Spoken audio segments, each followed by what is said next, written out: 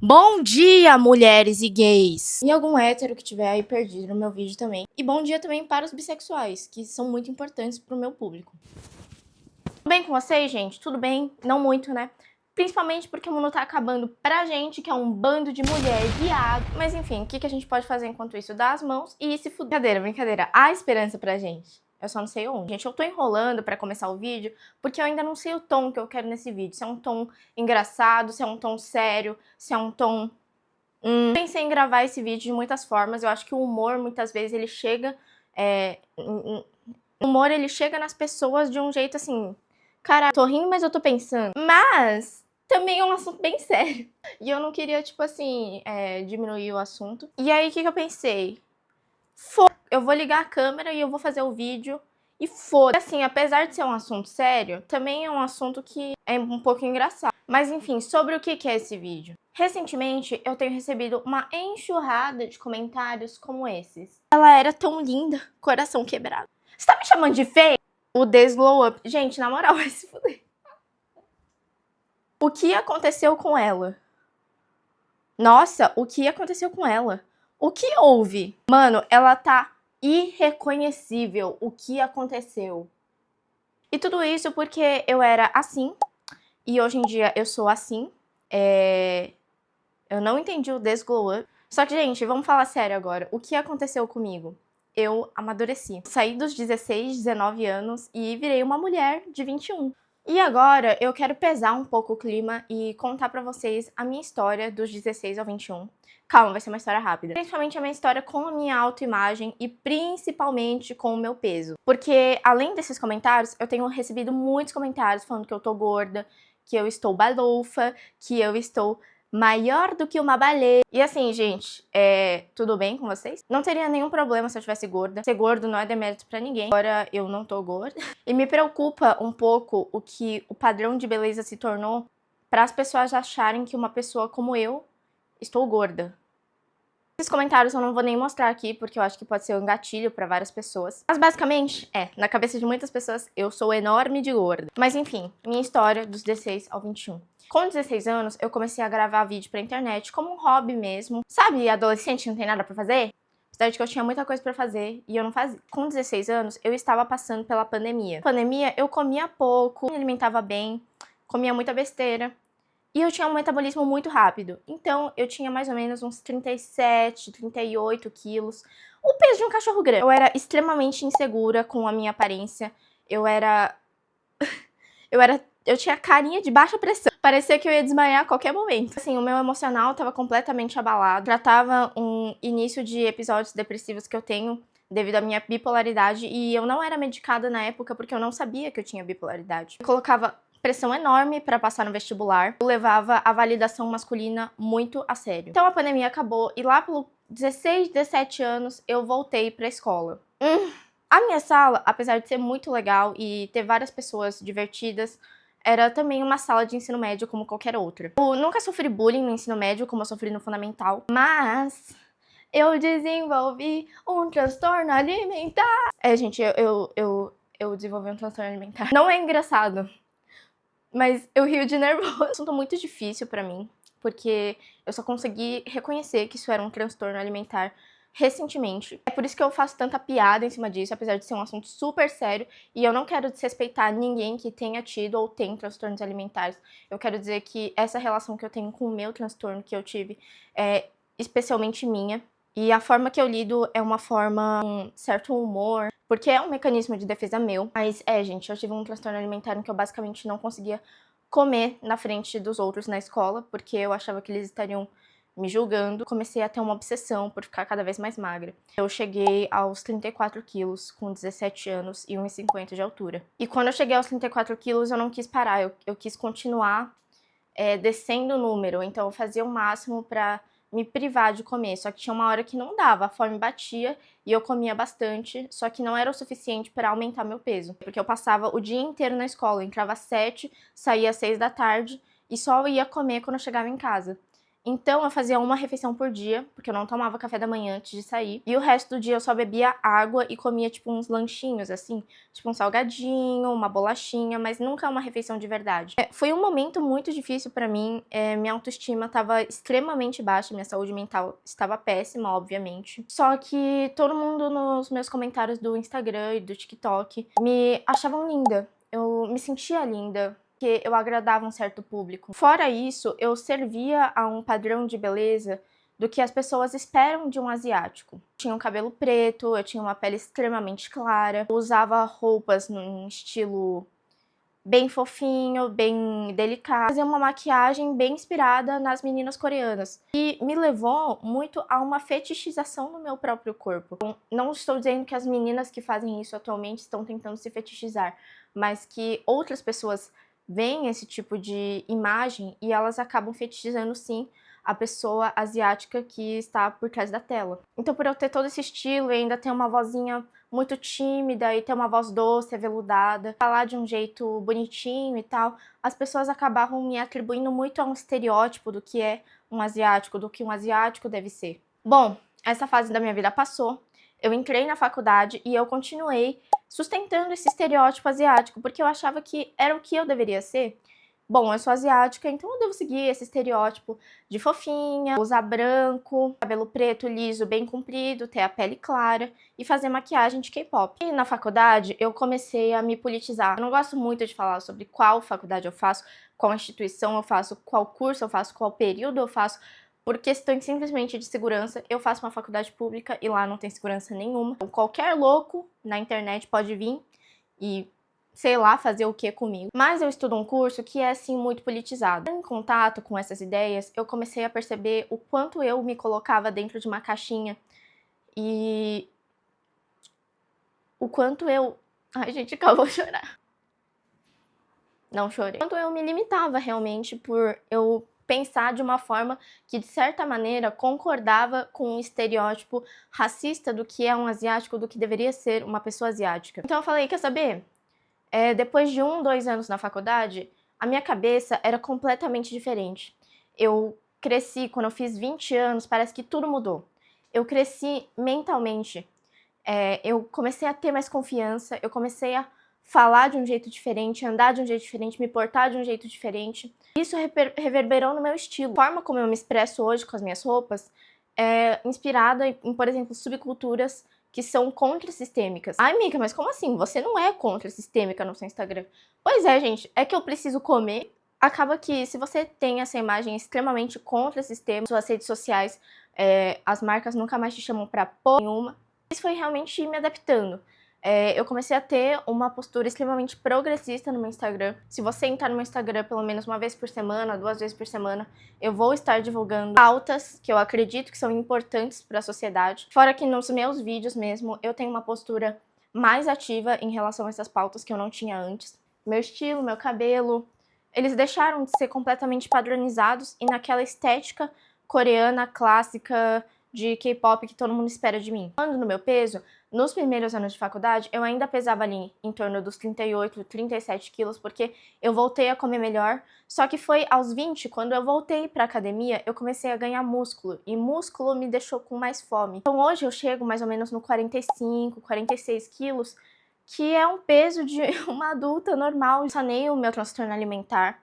Só que eu sinto que tá sempre na espreita, tentando me pegar de novo. Os comentários realmente não ajudam, porque apesar de eu tentar sempre ser o mais forte possível pra ignorar esse tipo de gente que é sem autoestima consigo mesma, muitas vezes eu acabo caindo naquela mesma mentalidade de, nossa, realmente, será que eu estou gorda? Será que eu engordei demais? Sendo que eu, na verdade, só cresci. Eu tenho o quadril de uma pessoa de 21 anos, eu tenho o peito de uma pessoa de 21 anos, a cintura de uma pessoa de 21 anos e as coxas do tamanho de uma pessoa de 21 anos. Tenho mais o corpo de 16. E isso é simplesmente porque eu cresci, porque eu amadureci. E não só o corpo, né? Eu acho que eu deixei claro que eu amadureci mentalmente também. Toda a minha postura, hoje em dia, ela é muito diferente. E eu acho que isso incomoda muitas pessoas que antes me seguiam porque eu era um estereótipo. Então, no último ano, por exemplo, eu perdi mais de 70 mil seguidores no Instagram. seguidores que estavam lá porque eles queriam ver essa performance de uma asiática fofinha, que tinha uma postura mais subserviente, que tinha uma postura mais submissa. Quando eu paro de ter essa postura e começo a agir como uma mulher mais adulta, mais madura, as pessoas elas se incomodam muito com isso. Eu acho que elas queriam ver uma menina de 16 anos na tela para sempre. O que, na minha opinião, é extremamente preocupante. Revela muito sobre a sociedade em que a gente vive. Mas calma que eu vou falar disso. Esses dias eu vi um post no TikTok sobre a Rihanna, sobre como ela tinha amadurecido mal. O post não era falando sobre como ela amadureceu mal, era defendendo ela, obviamente.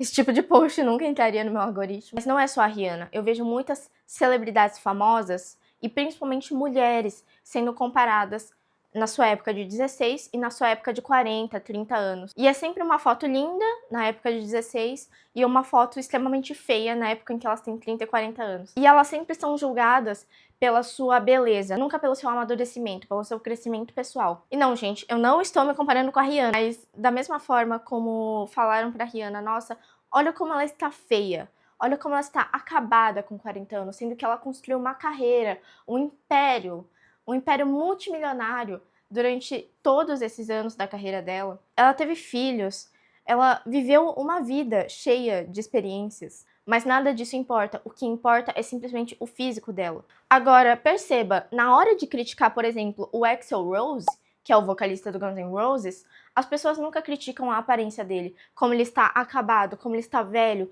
como ele está muito mais feio do que quando ele tinha lá seus 18 anos, quando ele começou a banda. As pessoas simplesmente criticam a voz dele, o talento dele, não a aparência, o que tá por fora. As pessoas não entendem que a futilidade delas, ela só se volta quando é para mulheres, mas com homens conseguem perceber o que existe realmente por dentro, o talento. Mas a superficialidade em relação à aparência feminina não é simplesmente por acaso. Ela faz parte de uma objetificação construída por um machismo estrutural na sociedade que existe faz anos. Só que por que a gente hoje está vendo tanto mais ataques a mulheres, comparações de mulheres quando elas eram antigamente e como elas são agora? Por que hoje? Porque assim, eu sinto que isso sempre existiu, só que de uma forma menos intensificada. As mulheres realmente sempre foram muito comparadas, muito julgadas pela sua aparência. Só que hoje eu sinto que isso se tornou uma coisa quase como respirar e beber água. Todo mundo faz.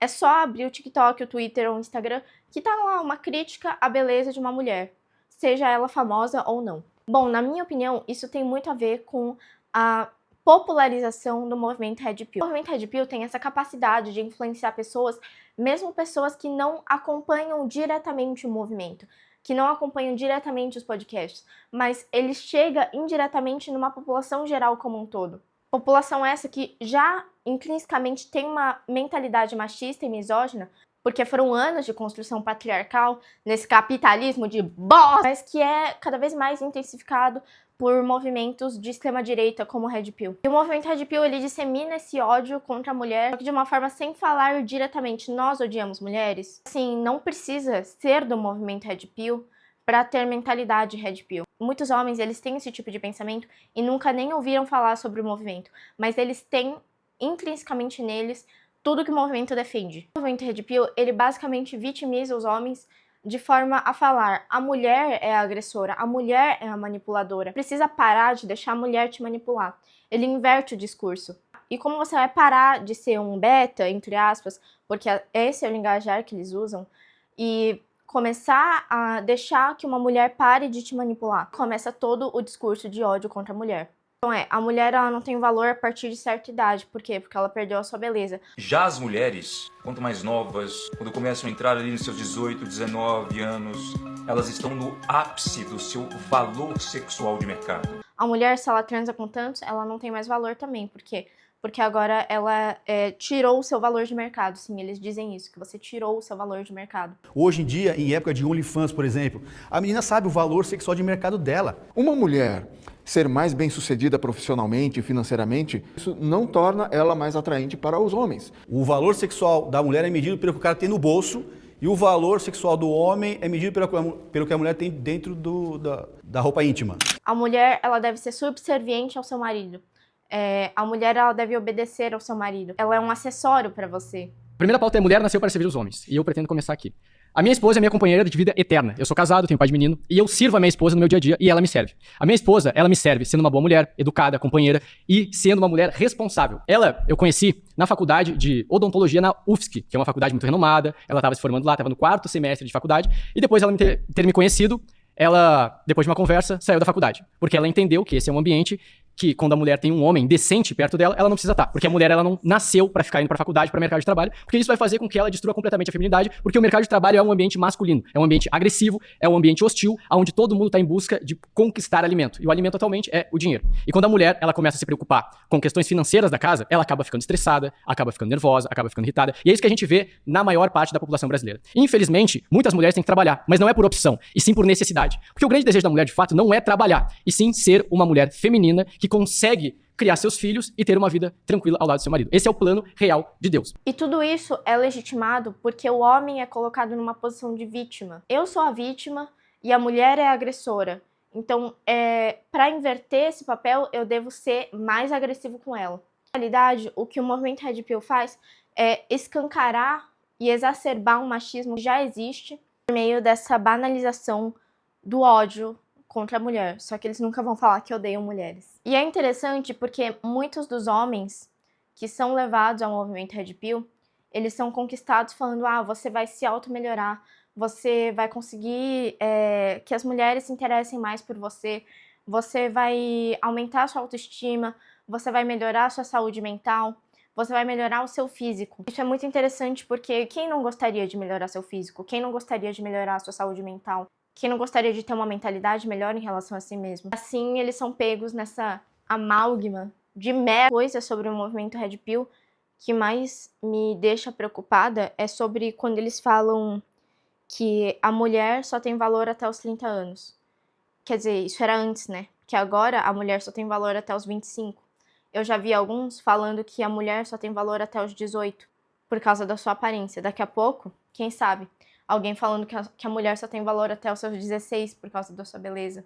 E que depois disso, ela tá estragada. Ela perdeu o seu valor de mercado. Esse vídeo é polêmico, então presta atenção até o final, porque eu não quero ninguém chorando nos comentários, apesar de que sempre tem a galera do mimimi. Hoje nós vamos falar de VSM, Valor Sexual de Mercado. E o que isso tem a ver com investimentos? Tem tudo a ver, fica até o final pra você entender. O valor sexual de mercado trata-se da capacidade de um indivíduo conseguir e manter parceiros sexuais, mas vamos pro gráfico pra você entender. De forma simples, pra você entender, no eixo X nós temos a idade e no eixo Y nós temos o VSM. A linha vermelha corresponde às mulheres e a linha azul corresponde aos homens. O VSM da mulher está diretamente ligado com a aparência física. No momento que ela alcança o VSM máximo, ela tem entre 23 e 25 anos. Isso está diretamente ligado com a fertilidade também. Nesse momento, o VSM do homem é 4. Ao longo do tempo, o VSM da mulher diminui e do homem aumenta. Eles se encontram aos 30 anos. O homem chega ao seu VSM máximo entre os seus 38 e 40 anos. Nesse momento, ele está plenamente desenvolvido fisicamente, financeiramente e mentalmente. Tá, Marcos, mas o que isso tem a ver com investimento? Ok, let's go. Mulheres, vocês que estão na juventude, aproveitem para estudar, para se desenvolver, para trabalhar, para ter uma carreira de sucesso e para serem independentes. Porque depois dos 30, tudo fica mais difícil. E preste atenção, escolham bem quem vai ser o pai dos seus filhos, porque isso vai determinar o seu futuro. E homens, não se desesperem se nenhuma mulher te quer no momento. Provavelmente seu VSM tá baixo porque você ainda é novo, você ainda tem tempo para aumentá-lo.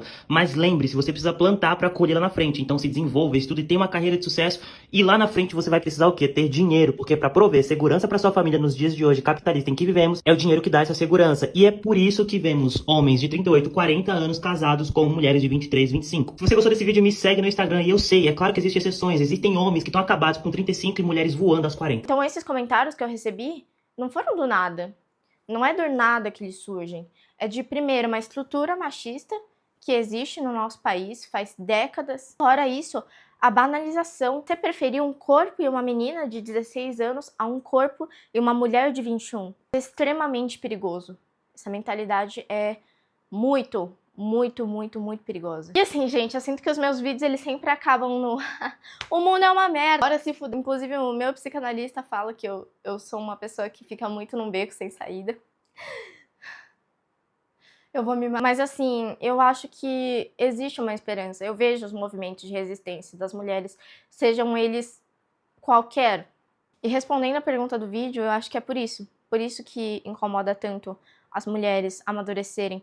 Porque elas param de ser pessoas inocentes, submissas, que encaixam num padrão, e elas passam a ser independentes, ter voz ativa, serem politizadas e começarem a entender o mundo como ele funciona de fato. Inclusive, eu acho que é por isso que certas mulheres, elas se enquadram tanto no padrão que tais homens querem que elas se enquadrem, porque elas mesmo adultas têm essa postura subserviente ao parceiro, se encolhem, se fecham no ambiente, elas não têm uma postura ativa em relação à vida, à política, e esse é um estereótipo de mulher que agrada muito homens da extrema-direita, às vezes nem da extrema-direita. Esse vídeo foi mais uma reflexão do que qualquer outra coisa. Eu não trouxe uma pesquisa grande, não fiquei enchendo o vídeo de dados, porque eu queria que fosse mais uma conversa entre nós, mulheres,